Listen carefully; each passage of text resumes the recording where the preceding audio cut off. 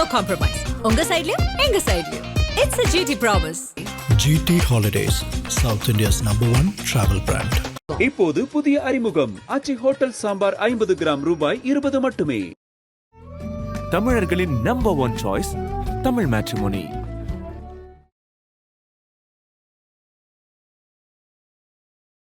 ஆதரணியர்களுக்கு அன்பு வணக்கம். இன்றைய சிறப்பு நேர்காணலில் நம்முடன் இருந்திருக்கிறார் மூத்த பத்திரிகையாளர் பாக்கி அவர்கள். சார் வணக்கம்.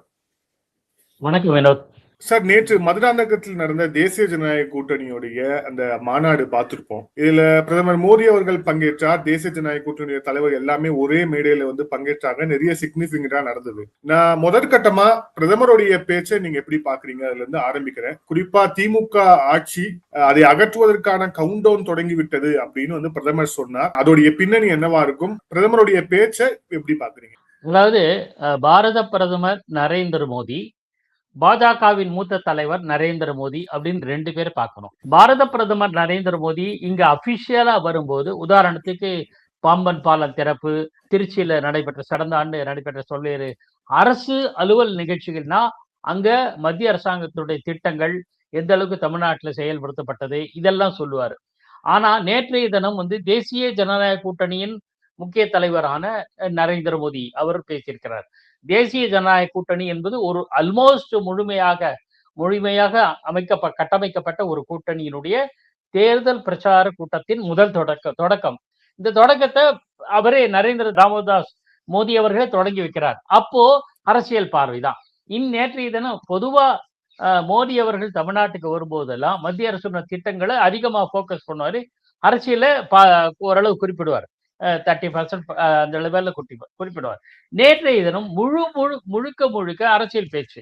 அங்கங்க மத்திய அரசாங்கம் அதாவது பாஜக தேசிய ஜனநாயக கூட்டணி தமிழக அரசுக்கு முந்தைய அரசை விட 3 மடங்கு அதிகம் கொடுத்தது அப்படின்ற மாதிரி சொல்றாரு. பெரும்பாலும் திமுகவுக்கு அரசுக்கு எதிரான ஒரு பார்வையை வலுவாக கட்டமைச்சிருக்கார். இப்போ தமிழ்நாடு எந்த மாநிலமாக இருந்தாலும் தேர்தல் என்றால் அரசியல் என்றால் ஆளுங்கட்சிக்கு எதிரான பார்வை எந்த அளவுக்கு மக்களுக்கு இருக்கு, ஆளுங்கட்சி மீதான அதிருப்தி எந்த அளவுக்கு இருக்கு, அதை எப்படி தங்களுக்கு சாதகமாக பயன்படுத்தலாம், இதுதான் அரசியல் கட்சிகளுடைய பொதுவான பார்வையாகவும் பயணமாகவும் இருக்கும். அந்த பயணத்தை முறிய வரையில் வலுவாக கட்டமைத்து தொடங்கி வைத்திருக்கார் அப்படிதான் நான் பார்க்கிறேன். அதனால தான் முழுக்க தமிழக திமுக அரசு மீதான குற்றச்சாட்டுகளை விரிவாக எடுத்து உரைத்து குற்றச்சாட்டு சொல்லி மக்களுக்கு இந்த அரசிலிருந்து விடுதலை தேவை என்கிற மாதிரி முடிக்கிறார். இதுல இப்போ என்டிஏ கூட்டணி தொடர்பா நாமளே நிறைய விஷயம் பேசியிருக்கோம். இப்ப நேற்று எல்லா தலைவர்களும் ஒரே மேடையில இருந்த அந்த ஒரு இதை எப்படி பாக்குறீங்க? குறிப்பா எலியும் பூனையுமாக இருந்த டிடிவி தினகரன், அப்புறம் அதிமுகவுடைய பொதுச் செயலாளர் எடப்பாடி பழனிசாமி இருவரும் ஒரே மேடையில் தோன்றினார்கள். பரஸ்பரமா மரியாதை நிமித்தமா என்னென்ன வார்த்தைகள் பகிரப்பட்டது. அண்ணன் என டிடிவி அழைத்தார், ஒரு தாய் பிள்ளைகள் அப்படின்னு டிடிவி அழைத்தார் அப்படிங்கிறத பாக்குறோம். இப்ப இந்த இருவருடைய இணைப்பு அப்படிங்கிறது இத்தனை நாளா அதிமுக நடந்த ஒரு டேமேஜுக்கு ஒரு சரி செய்யும் விதமா இது போகுமா? குறிப்பா 2017க்கு முன்னாடி நாங்க எப்படி இருந்தோமோ அதே மாதிரிதான் இப்போ இருக்க போறோம் அப்படின்னு டிடிவி தினகரன் சொல்லியிருப்பதற்கு பின்னணி என்ன? இது எப்படி அமையும் நினைக்கிறீங்க? இதுல ஒண்ணு கவனிக்கணும். 2021 சட்டப்பேரவை தேர்தல்ல கிட்டத்தட்ட 21 தொகுதிகளில் டிடிவி தினகரன் தலைமையிலான அமமுக கட்சி வேட்பாளருக்கு பெற்ற வாக்குகளும் அதிமுக வெற்றி வாய்ப்பு இழந்த வாக்குகளும், அந்த அதிமுக வெற்றி வாய்ப்பு இழந்த வாக்குகள் எவ்வளவோ அதை விட கூடுதலாக அமமுக பெற்றிருக்கிறது. அப்படின்னா இவங்க 2 பேரும் ஒன்னா இருந்தா, 2021 சட்டப்பேரவை தேர்தல் ஒன்றா இருந்தா 21 இடங்களை அதிமுக பெற்றிருக்கும். அது மட்டும் இல்ல, அதிருப்தினால் ஓட்டு போடாம இருந்த மற்ற தொகுதிகளில் இருந்தவங்களும் சேர்ந்திருக்கும். சோ வெற்றி வாய்ப்பு எடப்பாடி பழனிசாமிக்கு கூட இருந்திருக்கும், வாய்ப்பு நிறைய இருந்திருக்கும்ன்றது எல்லாருமே லாஜிக்கா கிட்டத்தட்ட 5 வருஷமா பேசிட்டு இருக்கோம். இது புள்ளி விவரங்களோட தரவுகளோட கரெக்டா பேசிட்டு இருக்கோம். இப்போ அதை வலுப்படுத்துவதற்கு ஒரு தளமாக அழகா அமைஞ்சிருக்கு நேற்று, அதுவும் பிரதமர் மோடி தலைமையில. இன்னொரு விஷயத்தை கவனிங்க. இந்த பிரிந்தவர்களை இணைப்பதற்கான முயற்சி கடந்த ஆண்டு ஏப்ரல் மாதமே அமித்ஷா தொடங்கிவிட்டார். அப்ப தேசிய ஜனநாயக கூட்டணி புதுப்பிக்கப்படுகிற சமயம் கடந்த ஆண்டு ஏப்ரல் மாதம் எடப்பாடி பழனிசாமி என்டிஏ போர்டுக்கு வர்றார். கடந்த மக்களவை தேர்தலில் பிரிஞ்சு இருந்த எடப்பாடி பழனிசாமி தலைமையிலான அதிமுக கடந்த ஆண்டு வந்துருச்சு. முரண்பட்டதுக்கு காரணம் என்ன சொல்லுவாங்கன்னா, எடப்பாடி பழனிசாமிக்கும் தமிழக பாஜக தலைவரான அண்ணாமலைக்கும் இடையிலான முரண்பாடு, பகைமை, இதுதான் காரணம்னு சொன்னாங்க. அதையும் மாற்றி பேட்சப் பண்ணிட்டார். இன்னும் பியூட்டி என்ன தெரியுமா? அன்றைய தேசிய ஜனநாயக கூட்டணி அமைக்க அறிவிப்பு தொடர்பான கூட்டத்துல, பிரஸ் கான்ஃபரன்ஸ்ல ஒரு பக்கம் அண்ணாமலை இருக்கார், புதிய தலைவராக அப்போது பொறுப்பேற்க இருந்த நயினார் நாகேந்திரன் பின்னாடி மறுநாள் தான் பொறுப்பேற்கிறார். அன்று வரையில் அண்ணாமலை தான் தலைவர். அண்ணாமலை ஒரு பக்கம், எடப்பாடி பழனிசாமி. ஆக முரண்பட்டவர்களை ஒன்று சேர்க்கிற கட்டம் அது நேற்று அப்போ சென்ற ஆண்டே தொடங்கிடுச்சு. இப்பவும் முரண்பட்ட டிடிவி தினகரனும் எடப்பாடி பழனிசாமி ஒரே மேடையில சந்திக்கிறாங்க, கை கொடுத்துக்கிறாங்க, பேசுறாங்க, சுமூகமா ஆயிட்டாங்க. ரெண்டாவது, எடப்பாடி பழனிசாமி சகோதரர், அன்பு சகோதரர்னு டிடிவி தினகரன் சொல்றாரு. டிடிவி தினகரன் மரியாதைக்குரிய அண்ணன் எடப்பாடி பழனிசாமின்னு சொல்றாரு. சோ பேட்சப் ஸ்ட்ராங் ஆயிடுச்சு. இப்போ அதனுடைய விளைவு என்ன? தேர்தல்ல வாக்குகள்ல அதனுடைய பலன் விளையும். அவ்வளவுதான், சிம்பிள். ஆக பேட்சப் பண்ணி வைக்கிறதுல கெட்டிக்காரங்களா இருக்காங்க பாஜக. கடந்த முறையே ஓபிஎஸ் சிபிஎஸ் சேர்த்து வச்சாங்க. உங்களுக்கு தெரியும், 5-6 ஆண்டுகளுக்கு வித்யாசாகர் ஆளுநராக இருந்தபோது அதே மாதிரி இப்ப பண்ணியிருக்காங்க. அநேகமா இதே போக்குல போயிருந்தா, அநேகமாக என்னுடைய பார்வை, அன்புமணியும் ராமதாஸையும் கூட ஒரு போல்டர் கொண்டு வருவாங்களோ என்ன தெரியாது. அதுக்கான முயற்சிகள் அவங்க ஏற்கனவே இறங்கிட்டாங்கன்னு எல்லாருக்கும் தெரியும். அது ஒன்று. தேசிய ஜனநாயக கூட்டணியிலிருந்து விடுபட்டு போற சில கட்சிகளும் கட்சிகளையும் இணைப்பதற்கான முயற்சியில் பாஜக ஈடுபடுகிறதாக நான் அறிகிறேன். இப்போ இந்த டிடிவி தினகரன் உள்ள வந்த பிறகு தென் மாவட்டங்கள்ல அதிமுகக்கான ஒரு பலம் கூடி இருக்கு அப்படின்னு நம்ம எடுத்துக்கலாமா? ஏன்னா டிடிவி தினகரன் உள்ள வந்தோடனே 2 ஆஸ்பெக்ட் இருக்கு. ஒண்ணு, அதிமுக மீண்டும் பழைய நிலைக்கு வந்து விட்டது, அதிமுகவிடம் இருந்து பிரிந்து போன வாக்குகள் மீண்டும் அமமுக மூலமாக உள்ளே சேர்ந்து விட்டது அப்படிங்கிறது ஒண்ணு. ரெண்டாவது, இது எப்படி குறிப்பாக இந்த கூட்டணி விஷயங்கள்ல இது எப்படி குறிப்பாக தென் மண்டலத்துல இது எப்படி ஒர்க் ஆகும்னு நினைக்கிறீங்க? தென் மண்டலத்துல, தென் மாவட்டங்கள்ல இது நல்ல பலனை தரும் நான் நினைக்கிறேன். மக்களவை தேர்தலுக்கு முன்னாடி ஓ பன்னீர்செல்வம், எடப்பாடி பழனிசாமி இருந்த காலத்துல, சென்ற சட்டப்பேரவை தேர்தல் போது கூட அந்த 10.5% இடஒதுக்கீடு அறிவித்த போது அதனுடைய எதிர்வினையை தென் மாவட்டங்களை காட்டியதாக இது ஒரு அரசியல் பார்வையில சொல்லுவாங்க. அந்த சமயத்துல ஓ பன்னீர்செல்வத்துக்கு அந்த தென் மாவட்டத்தில் செல்வாக்கு இருக்கு அப்படின்லாம் பரவலாக அறியப்பட்டது. 24 மக்களவை தேர்தல்ல ஓ பன்னீர்செல்வம் தனித்து போட்டி, அதாவது கட்சியிலிருந்து, அதிமுகவிலிருந்து நீக்கப்பட்டு அவர் ஒரு குழு அமைச்சு போட்டியிட்டார். ஆனா அப்ப நல்லா கவனிக்கணும், ஓ பன்னீர்செல்வம் பாஜக கூட்டணியில இடம்பெற்றிருந்தார்.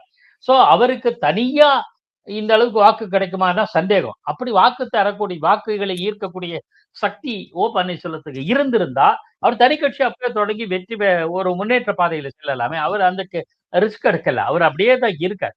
ஆனா மக்களவை தேர்தலில் 2 லட்சம் 3 லட்சம் வாக்குகள், 3 லட்சத்துக்கு மேல வாக்குகள் பெற்றதுக்கு பாஜக ஒரு காரணம். அது தென் மாவட்டத்துல சில மாவட்டங்கள் பாஜகவுக்கும் வலிமையான ஸ்டேக் இருக்கு, ஹோல்டு இருக்குன்னு தெரியும். சோ அது ஒரு பக்கம். நான் சொல்ற தென் மாவட்டம்னா ஒரு குறிப்பிட்ட இனத்தை முன்னிறுத்தி தான் பேசுவாங்க. இப்ப அது கன்சர்வேட்டிவ் ஆகிறதுக்கான சான்சஸ் அமமுகவுக்கு அதிகம் இருக்கு. சசிகலா அம்மையார் தனியா தான் இருக்காங்க, அவங்களுக்கு பெரிய பலம்னு சொல்ல முடியாது. ஓ பன்னீர்செல்வத்தை பொறுத்தவரை அவர் உருவாக்கிய கட்டமைப்பு கூட, ஒரு குழுன்னு சொல்லி அதிமுக மீட்பு குழு எல்லாம் சொல்லி நடத்தினா கூட, அவரோடு இருந்தவங்க எல்லாம் திமுகவுக்கு போயிட்டாங்க. Manoj Pandian, Vaithilingam. So is becoming unpopular. அவருக்கு சப்போர்ட்டும் இல்லை, ஆதரவும் இல்லை. அவர் ஒரே ஒரு மாநாட்டை நடத்தினார் தவிர பெரிய அளவு அவரால் மாநாட்டை நடத்தி ஒரு தனி இயக்கமாக செய்ய முடியல. ஆனா அமமுக ஒரு தனி இயக்கமா இருந்து 2-3 தேர்தல் களங்களை கண்டிருக்கிறது. இது ஒரு பக்கம். ரெண்டாவது, தென் மாவட்டங்களில் சில உள்ளாட்சி தேர்தல் நடைபெற்ற ஊரக உள்ளாட்சி தேர்தல்ல சில பஞ்சாயத்துகள்ல அமமுகவும் அதிமுகவும் இணைந்து செயல்பட்ட சம்பவம் உண்டு. அதனால சில இடங்கள்ல அமமுக தலைவர் பஞ்சாயத்து ஊராட்சி தலைவராக இருந்திருக்காங்க, அதிமுக பிரமுகர்கள் ஊராட்சி தலைவராக இருக்காங்க. அவங்களுக்கு இவங்களை ஆதரிச்ச சம்பவங்கள் உள்ளாட்சி தேர்தலே வந்துச்சு. சோ கீழ் நிலையில, நான் கிரவுண்ட் லெவல்ல இவங்களுக்குள்ள ஒரு புரிதல் இருக்கு. இப்போ மாறலா தலைமையே இணைஞ்ச பிறகு அவங்களுக்கு ஒரு மாறலா ஒரு வலிமை கிடைக்கும். ஆஹா, தலைவர்களை இணைஞ்சிட்டாங்க, அப்போ உற்சாகமா இறங்குவாங்க. இது இயல்பு. நான் இயல்பை தான் நான் சொல்றேன். சோ இந்த இயல்பை இந்த தேர்தல் அதை சரியாக பயன்படுத்தி கொள்வார்கள் அப்படின்னு நான் எதிர்பார்க்கிறேன். இதுல இன்னொரு அடுத்த கட்டமா சொல்லணும் அப்படின்னா, தேசிய ஜனநாயக கூட்டணி அப்படிங்கிறது வலிமையாக இல்லை, பாஜக மட்டும் தான் இருக்கு, யாருமே இல்ல பாருங்க அப்படிங்கிற ஒரு பிரச்சாரம் தொடர்ச்சியாக இருந்தது. திமுக கூட்டணி வலிமையாக இருக்கிறது அப்படிங்கிற பிரச்சாரமும் வலிமையாக முன்வைக்கப்பட்டிருந்தது. ஆனா இப்போ வலிமையா இருக்கக்கூடிய திமுக கூட்டணியால இந்த மாதிரி தலைவர்களை ஒரே மேடையில வந்து இப்ப வரைக்கும் கொண்டு வர முடியல. குறிப்பா காங்கிரஸ்ல இன்னும் கூட வந்து பெரிய பெரிய சம்பவங்கள் நடைபெற இருப்பதாக தகவல் வருது. குறிப்பா அங்க இருக்கக்கூடிய முக்கிய தலைவர்கள் எல்லாம் பேசிட்டு இருக்கிறாங்க, கூட்டணி தொடர்பான கருத்துக்களை தெரிவித்துட்டு இருக்காங்க அப்படிங்கிறதையும் பாக்குறோம். சோ திமுக கூட்டணியை இன்னும் ஃபைனலைஸ் பண்ண முடியல. ஆனா என்டிஏவை ஓரளவுக்கு வந்து ஃபைனலைஸ் பண்ணிட்டாங்க, மாநாடும் நடத்தி காமிச்சிட்டாங்க, பிரதமரையும் வர வச்சுட்டாங்க. அப்படிங்கிற போது இதுல அந்த கேலிபர் மாறுதா? நிச்சயமா மாறுது. அதாவது 2 விஷயம் சொல்லணும். திமுக கிட்ட நம்ம பார்த்த ஒரு சாதகமான அம்சத்தை நான் சொல்லி ஆகணும். கிட்டத்தட்ட 11, 12 ஆண்டுகள் 2019 மக்களவைத் தேர்தலிலிருந்து இன்று வரையில் முழுமையான கட்டமைக்கப்பட்ட கூட்டணி, அதாவது இன்டாக்டா இருக்குன்னு சொல்லுவாங்க திமுக தரப்பினர். அது இயல்பு, அதை நான் வந்து மறுக்கவே இல்லை. கடந்த பல ஆண்டுகளாக 5, 6 தேர்தல்கள்ல, உள்ளாட்சி தேர்தல், இடைத்தேர்தல்கள் உட்பட சொல்றேன், அத்தனை தேர்தல்களும் இன்டாக்டா இருக்கிற கூட்டணி திமுக தலைமையிலான கூட்டணி ஒன்று. இதுல பின்னாடி அந்த 2 கழகங்களுக்கு மாற்று நான் மையம்னு சொன்ன கமலஹாசனையும் இழுத்துக்கிட்டாங்க. சோ அதுவும் சேர்ந்து போச்சு. இப்போ மக்களவை தேர்தல் வந்து அவங்க எல்லாம் ஒன்னா இருந்திருக்காங்க. இப்போ சட்டப்பேரவை தேர்தலையும் அவங்க ஒன்னாதான் இருப்பாங்க. நான் அது மாற்று கருத்து சொல்ல விரும்பல, இயல்பானது. ஆனால் என்ன விஷயம்னா, இப்ப நாளுக்கு நாள் பலவீனம் அடைந்து வருகிறது. காரணம் இந்த தேர்ட் பிளேயர் தாவேகா வந்த பிறகு. கடந்த சமயங்கள்ல கூட திமுக தலைமையிலான கூட்டணியிலிருந்து கட்சிகள் விலகி வேறொரு பக்கம் போவதற்கு ஒரு தயக்கம் இருந்தது. என்ன தயக்கம்னா, அதிமுக மீண்டும் பாஜகவுடன் இணைந்து விடும், பாஜகவோட சேர்ந்து விடும் என்கிற அச்சம் கட்டமைக்கப்பட்டது. It is a narrative set by some political vested interests. சில அரசியல் ஆர்வலர்களுடைய விருப்பமாக அது பதிவு செய்யப்பட்டது. அதாவது பாஜக அதிமுக பிரிந்த காலத்துல அப்போதான் இந்த பேச்சு அடிபட்டது. இது மீண்டும் ஒன்னா சேருவாங்கன்றதுனால பாஜகவை ஏற்காத மனநிலை தமிழ்நாட்டில் இன்னமும் நீடிப்பதனால திமுக அணியில் இடம்பெற்ற மற்ற கட்சிகளுக்கு வேறு பக்கம் போவதற்கான சாய்ஸ் கிடையாது, வாய்ப்பு கிடையாது. இப்போ தாவேகா வந்துருச்சு. அதனால தான் காங்கிரஸ் கட்சி தமாகவை நெருங்க முடியும், நெருங்கலாமா என்ற யோசனை எல்லாம் இருக்கு கீழ்மட்டத்துல. ஆனால் மேலிடத்துல அதுக்கு இசைவு இல்லை. இதுவரையில் திமுகவுடைய பயணித்தோம், திமுகவுடைய பயணிப்போம். நாளைக்கு ஒருவேளை தேர்தலுக்கு பிறகு திமுக போதிய பலமில்லாவிட்டால் அப்போது இந்த ஆட்சியில் பங்கு கேள்வியெல்லாம் வைக்கலான்னு காங்கிரஸுடைய மேலிடம் சொல்லியிருக்காங்க. சோ இருந்தாலும் மனம் ஒத்து போகவில்லை. கூட்டணி அப்படியே இருக்கும். நம்பர் கூட அவங்க கேட்ட நம்பர் எல்லாம் கிடைச்சிடும், அதெல்லாம் கூட திருப்தி செட்டில் ஆயிடும். மனம் ஒன்றிணையாத நிலை இருக்கும். அந்த மனநிலையை, அதே போன்ற மனநிலை இவங்க கிட்ட இல்ல. தேசிய ஜனநாயக கூட்டணி பிரிந்திருந்தாலும் கூட, அமமுக அதிமுக பிரிந்திருந்தாலும் 2 பேருமே திமுக அரசை எதிர்த்தார்கள். அதிமுகவும் பாஜகவும் பிரிந்திருந்தாலும் 2 பேருமே திமுக அரசை எதிர்த்தார்கள். அப்படின்னா அந்த ஒரு புள்ளி மாற்றமே இல்லாம இருக்கிறது. யாரை எதிர்க்க வேண்டும், யாரை தோற்கடிக்க வேண்டும், யாரை வீழ்த்த வேண்டும் என்ற எண்ணத்தில் எல்லாரும் ஒரே தளமா இருக்காங்க. அந்த தளம் இப்போது உறுதி செய்யப்பட்டது, ஒன்றிணைந்த ஒரு அமைப்பாக உறுதி செய்யப்பட்டுவிட்டது. ஆக இங்கே தேசிய ஜனநாயக கூட்டணி வலுவாக கட்டமைக்கப்பட்டு விட்டது. திமுக தலைமையிலான கூட்டணி வலிமையை மெல்ல மெல்ல இழந்து வருவதாகத்தான் நான் பார்க்கிறேன். இது தேர்தலுக்கு பிறகு என்னென்ன மாற்றங்களை கொண்டு வருமோ அது இப்பதான் தெரியும். இந்தியா கூட்டணி தேசிய அளவில் எப்படி சார்ந்தது? 2 ஆண்டுகளுக்கு முன்பு வலுவா தொடங்கினாங்க. ஆனா அதுல இருந்து ஒவ்வொரு கட்சிகளா வெளியில போச்சு, பல கட்சிகள் போயிடுச்சு.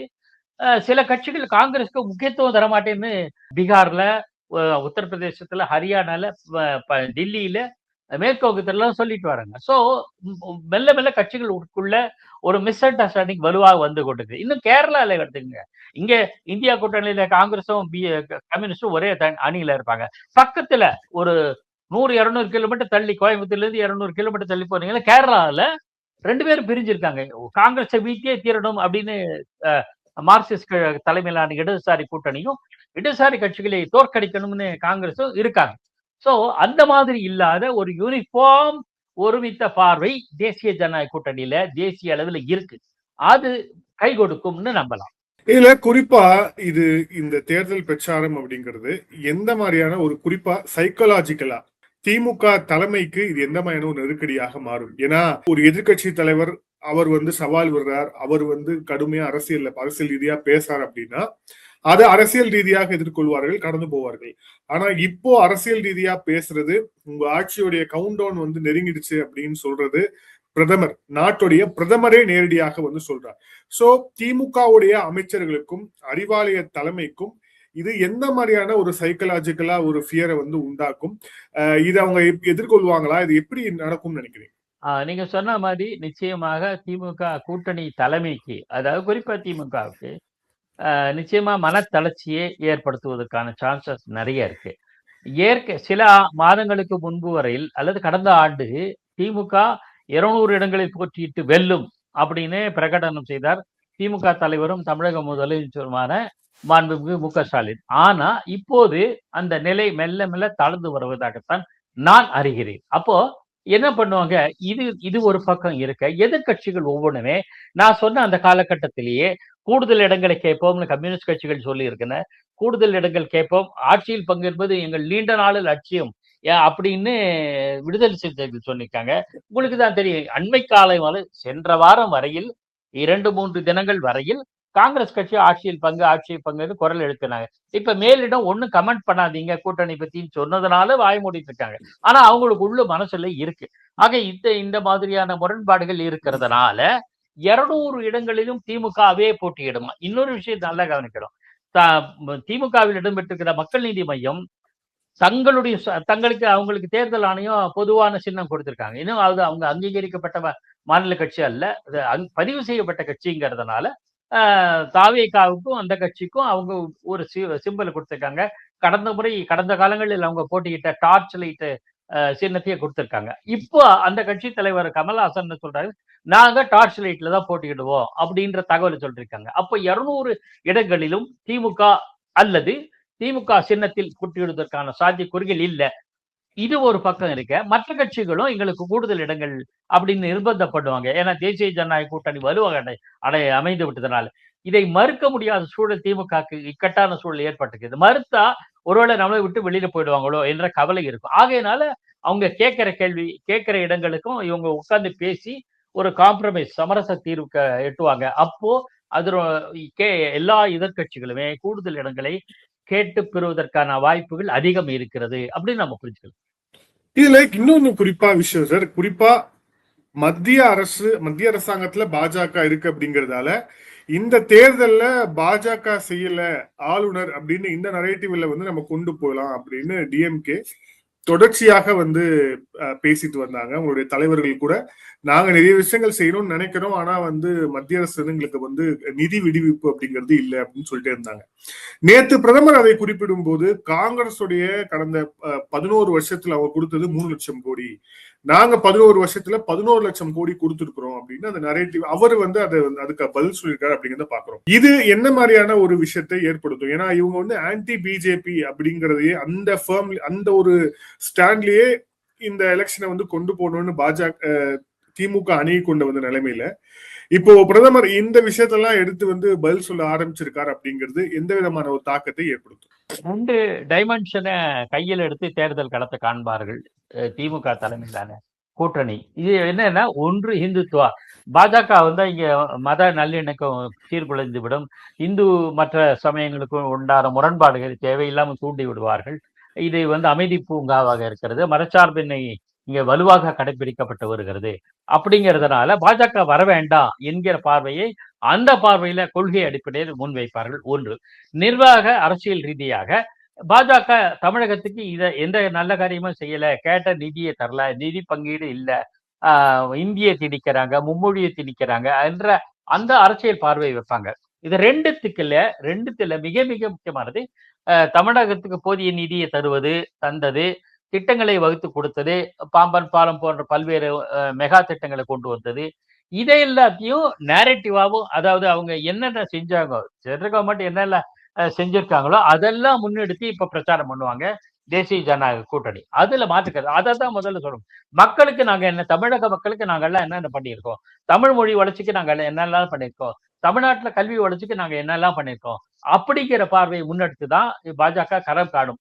இந்துத்துவா விஷயத்தை பொறுத்தவரை நேற்றைய தினம் கூட நரேந்திர மோடிகள் இந்துத்துவ விஷயத்த பேசுவாருன்னு பல பேர் யூகிச்சாங்க. அது நடக்கிற ஒரே ஒரு இடத்துல மட்டும் திருப்பரங்குன்றத்தை சுட்டி காட்டினார். ஆனால் பெரும்பாலும் அவருடைய போக்கஸ் தமிழ்நாட்டில் இருக்கிற சட்டம் ஒழுங்கு சீர்கேடு, பெண்களுக்கு எதிரான வன்முறை, போதைப் பொருள் நடமாட்டம், ஊழல், அராஜகம், குடும்ப ஆட்சி, அதாவது வாரிசு அரசியல், இதைத்தான் போக்கஸ் பண்ணி பேசுறாரு. சோ இவர் என்ன பண்ணுவார், இந்த தேசிய ஜனநாயக கட்சிகளும் தேசிய ஜனநாயக கூட்டணியில் இடம்பெற்றிருக்கிற பாஜக உள்பட அதிமுக உள்பட அனைத்து கட்சிகளும் இதை மெயினா போக்கஸ் பண்ணுவாங்க.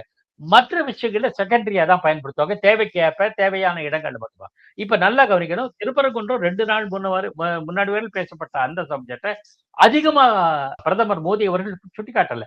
ஆனா இப்ப களம் என்ன, எப்படி அமையணும்ன்றதை அவங்க புரிஞ்சுக்கிட்டாங்க.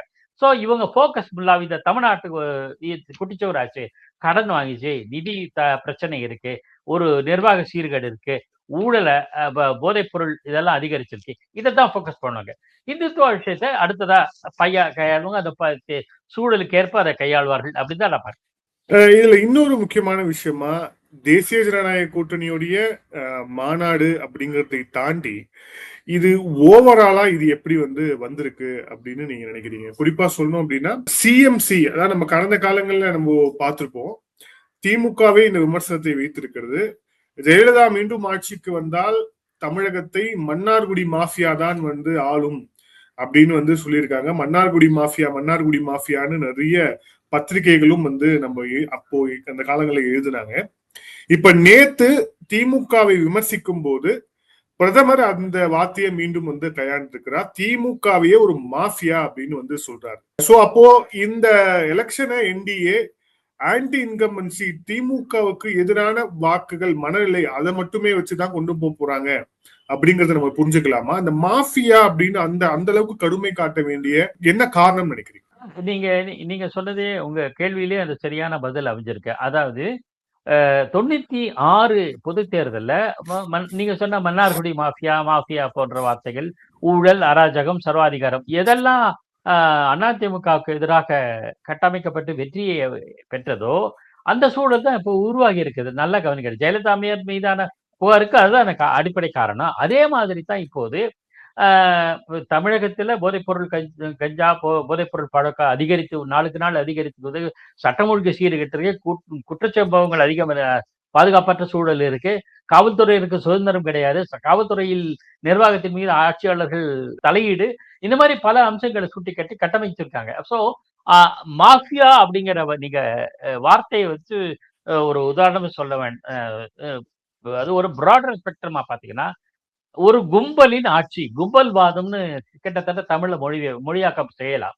கும்பல்வாதம், ஒரு கும்பல், அதுல ஒரு ஸ்ட்ரக்சர் இருக்காது, ஒரு மொராலிட்டி இருக்காது, ஒரு கட்டமைக்கப்பட்ட ஒரு இது இருக்காது, தாறுமாற இதோட எப்படி ஒண்ணா செயல்படுவாங்க. இதுதான் தமிழ்நாட்டுல இருக்கு அப்படிங்கிறத மெல்ல மெல்ல எக்ஸ்போஸ் பண்ணுவாங்க. என்னை பொறுத்தவரையில் மத்திய அரசினுடைய உளவுத்துறை மூலமாக அதுக்கு கிடைத்த தகவல்களை இப்போது வெட்டபிடிச்சு கொண்டு மக்கள் மத்தியில் ஒரு மனநிலை மாற்ற செயல்படுவார்கள் அப்படின்னு நான் நம்புறேன். அதுக்காகத்தான் இந்த சிஎம்சிங்கிற புதுசா ஒரு காயினேஜ் உருவாக்கினார். இதே ஸ்டாலின் அவர்கள் கரப்ஷன், கலெக்ஷன் போன்ற வார்த்தைகள் 3 வார்த்தை பயன்படுத்தினார் அதிமுக எதிராக. இத்தனைக்கு அதிமுக மேல அந்த அளவுக்கு ஆன்டி இன்கம்பன்சி இல்லாத சூழல அதை பயன்படுத்தினார். இப்போது ஓரளவு ஆன்டி இன்கம்பன்சி திமுக எதிராக இருக்கு.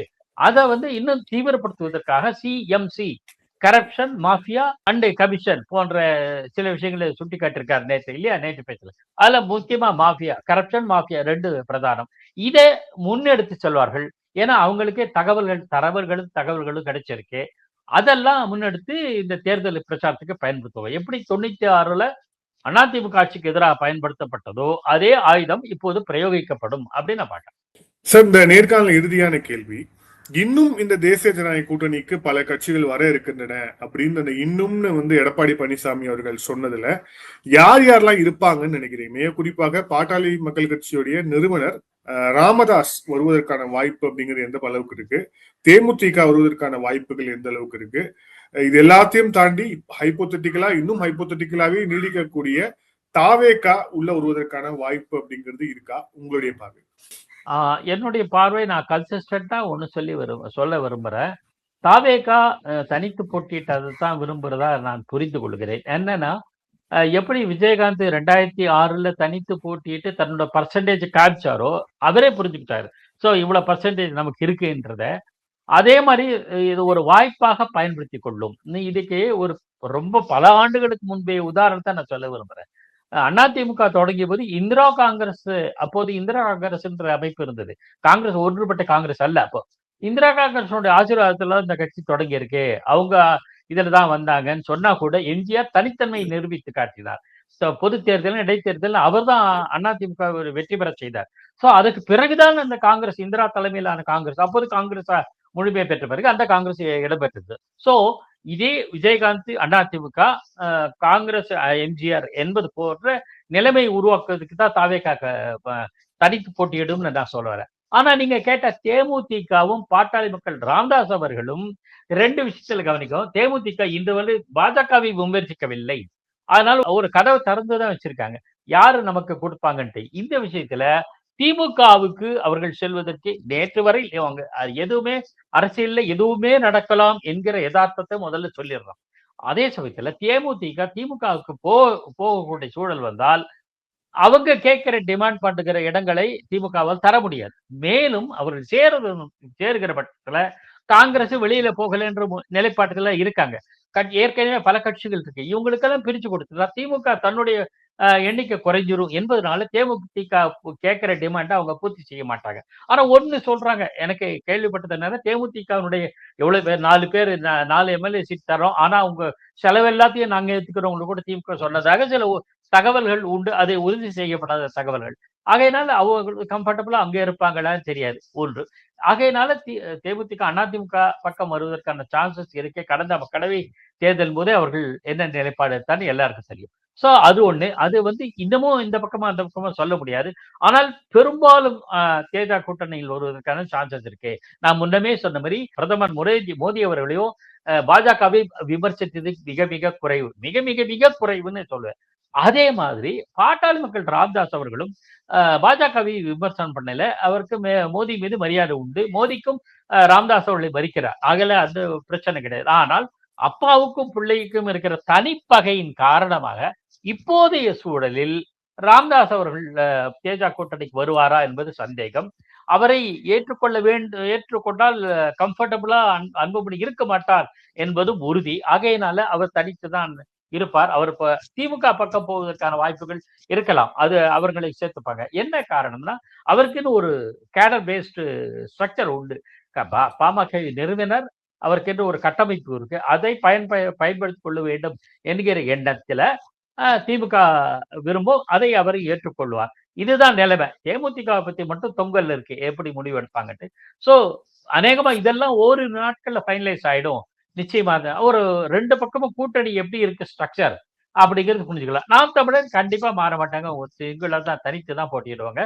தாவேகாவும் நாம் தமிழர் கட்சியும் தனித்தே களம் காணும். இன்னும் ஓரிரு நாட்கள்ல 2 கூட்டணிகளும் முழு கட்டமைப்பு தெரிந்துவிடும். அந்த நிர்பந்தத்துக்கு திமுக தலைமையிலான கூட்டணி அந்த நிர்பந்தத்துக்கு ஆளாகி இருக்கிறது. அந்த சூழலை உருவாக்கி விட்டார் பாரத பிரதமர் நேற்றைய தேசிய ஜனநாயக கூட்டணி மூலம் அப்படின்னு புரிஞ்சுக்கலாம். நன்றி சார், பல்வேறு கேள்வி. Thank you sir, thank you so much. Aadhan தொலைக்காட்சி நெஞ்சார்ந்த நன்றி.